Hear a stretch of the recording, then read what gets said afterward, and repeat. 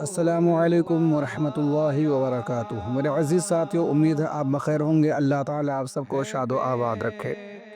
کل کی گفتگو میں آپ نے سماعت کیا تھا کہ آقا کریم صلی اللہ تعالیٰ علیہ وسلم حضرت حلیمہ سعدیہ رضی اللہ تعالیٰ عنہ کے مکان میں تشریف فرما ہے، اور سرکار دو عالم صلی اللہ علیہ وسلم کی ذات پاک سے طرح طرح کی برکتیں ظاہر ہو رہی ہیں۔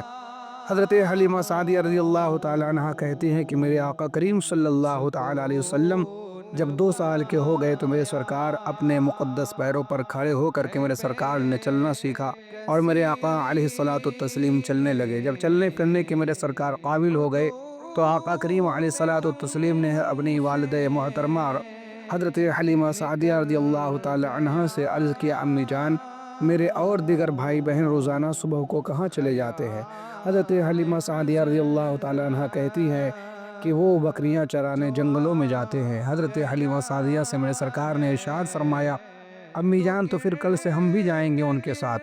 حضرت حلیمہ سعدیہ نے منع کیا، مگر میرے آقا علیہ الصلاۃ والتسلیم نے جب اصرار کیا تو حضرت حلیمہ سعدیہ رضی اللہ تعالی عنہ نے شام کو جب ان کے بچے لوٹ کر کے واپس آئے چراگاہوں سے، تو آپ نے کہہ دیا کہ کل جب جانا تو تم بھی اپنے رضاعی بھائی محمد صلی اللہ علیہ وسلم کو اپنے ساتھ لے کر جانا۔ جب صبح کو میرے سرکار بکریوں کے ساتھ چلنے لگے تو آقا کریم صلی اللہ تعالی علیہ وسلم نے گزشتہ انبیاء اکرام علیہم الصلاۃ والتسلیم کی سنتوں کو میرے سرکار نے زندہ کیا، اور آقا کریم علیہ الصلاۃ والتسلیم بکریوں کی دیکھ بھال کے لیے جنگلوں میں تشریف لے جانے لگے۔ حضرت حلیمہ سعدیہ رضی اللہ تعالی عنہ کے ایک بیٹے جو میرے آقا علیہ الصلاۃ والتسلیم کے ساتھ جنگلوں میں جایا کرتے تھے، ایک دن دوڑتے ہوئے حاضر ہوئے اور اپنی والد محترمہ حضرت حلیمہ سے عرض کرتے ہیں، امی جان آج بڑا خصم ہو گیا۔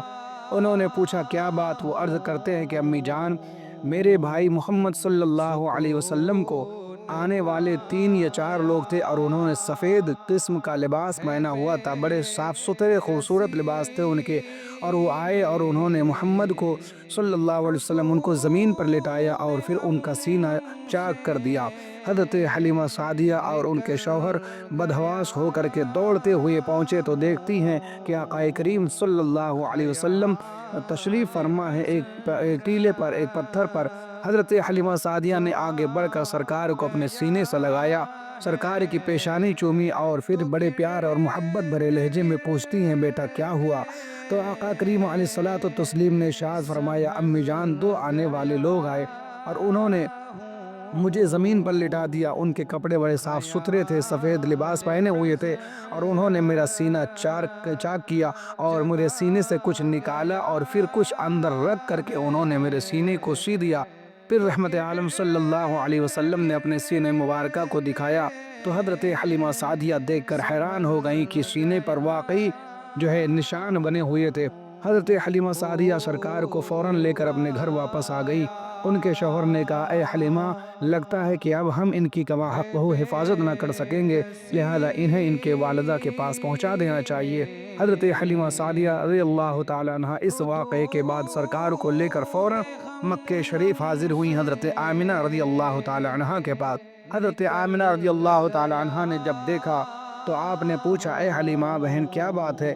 تم تو بڑی خوشی میرے شہزادے کو 2 سال کی ایام رضاعت پورے ہونے کے بعد واپس پھر لے گئی تھی، مگر کیوں اتنی جلدی واپس لے آئیں؟ تو حضرت حلیمہ سعدیہ نے سارا واقعہ بیان کیا اور کہا کہ مجھے لگتا ہے کہ شاید ان پر کسی آسیب کا اثر یا جنات کا اثر ہے۔ آقا کریم صلی اللہ علیہ وسلم کی والد محترمہ نے ارشاد فرمایا، اے بہن حلیمہ، ایسا ہو ہی نہیں سکتا، اس لیے کہ جب ان کی پیدائش ہوئی ہے اس وقت سے لے کر کے آج تک، اور جب سے یہ میرے شکم میں آئے ہیں، ایسی برکتوں کا ظہور ہوا جو بیان سے باہر ہے۔ پھر حضرت حلیمہ سعدیہ کے سامنے حضرت آمنہ رضی اللہ تعالی عنہ نے پیدائش سے لے کر کے اور اس سے پہلے کے سارے واقعات آپ نے بیان فرمائے، اور حضرت حلیمہ سعدیہ رضی اللہ تعالی عنہ کو مطمئن کر دیا۔